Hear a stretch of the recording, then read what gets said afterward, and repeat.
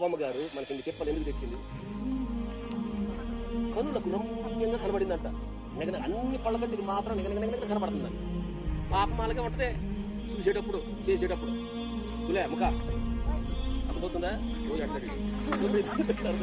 కాబట్టి దృష్టిని అదుపులో ఉంచుకోవాలి, చూపును అదుపులో ఉంచుకోవాలి, లేకపోతే నీ దేహం అంతా నాశనం అయిపోతుంది, నీ శరీరాన్ని నువ్వు నాశనం చేసుకుంటావు. కాబట్టి అదుపులో ఉంచుకోవాల్సిన వాటిలో మొట్టమొదటిది ఏంటంటే జాగ్రత్త ఆలోచన చేయండి.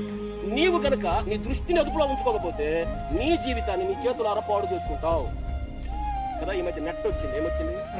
నెట్ లో పడుకుంటారు సాధారణంగా, లేకపోతే వాళ్ళ చేపలు పడతారు, లేకపోతే పడతారు. కానీ మనోళ్ళు పడుతున్నారు దాంట్లో, ఇంటర్నెట్ లో, దేంట్లో నెట్ లో పడుతున్నారు.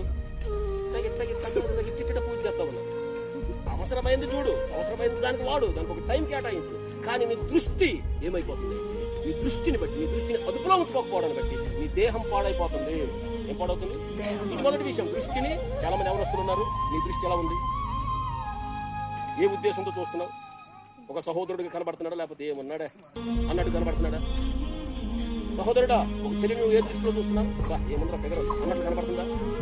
జాగ్రత్త, నీ దృష్టి బాగలేకపోతే నీ దేహం పాడైపోతుంది. ఎందుకంటే దేహానికి దీపం కన్నే. కన్ను చీకటమయమైతే దేహం అంతా చీకటిగా మారిపోతుంది. ఏం చేస్తున్నావు? ఈ కళ్ళు మూసిపోయావా నువ్వు అంటారు కదా, కళ్ళు తొబ్బినియా అంటారు కదా, కళ్ళు నెత్తికెక్కినాయి అంటారు. ఎందుకు? కన్నే దేహానికి దీపం. జాగ్రత్త, దృష్టి నీ అదుపులో ఉంచుకోవాలి. దేని అదుపులో ఉంచుకోవాలి? దృష్టిని అదుపులో ఉంచుకోవాలి.